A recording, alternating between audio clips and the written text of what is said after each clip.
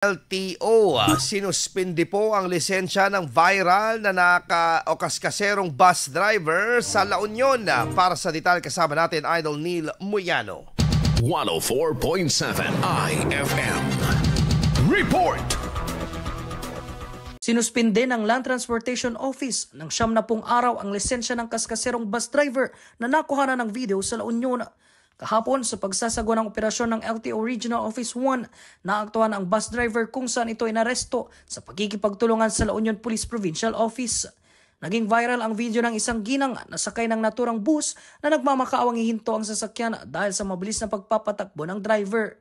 Tinakbo ng bus ang rutang Balawan hanggang Baknotan, La Union sa loob lamang ng 5 minuto na masyadong mabilis umano kumpara sa karaniwang 15 minutong biyahe.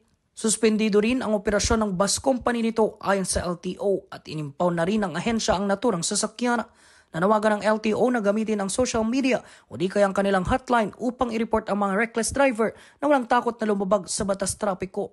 Kasama mo mula rito sa FM News Dagupan, ito si Idol Neil Muyano, Tatak IFM. IFM News. IFM News. IFM News.